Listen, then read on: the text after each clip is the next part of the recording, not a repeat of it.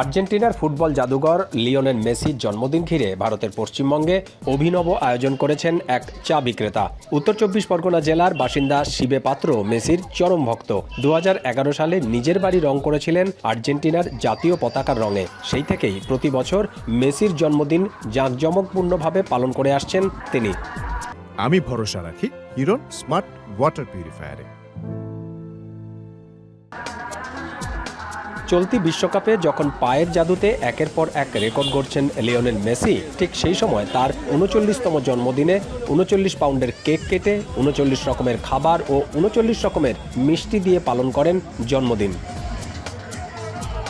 গোটা এলাকা মুড়িয়ে ফেলা হয় নীল সাদা বেলুনে। মেসি খেলা ছেড়ে দিলে তিনিও এই জন্মদিন পালন করা বন্ধ করে দেবেন বলে জানান এই আয়োজক।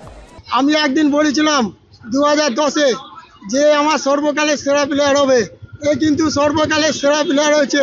আর আমি মেসির জন্মদিন এবছরই লাস্ট। মেসি খেলা ছাড়ছে শিবে ইচাপুর থেকে মেসির জন্মদিন ছাড়ছে।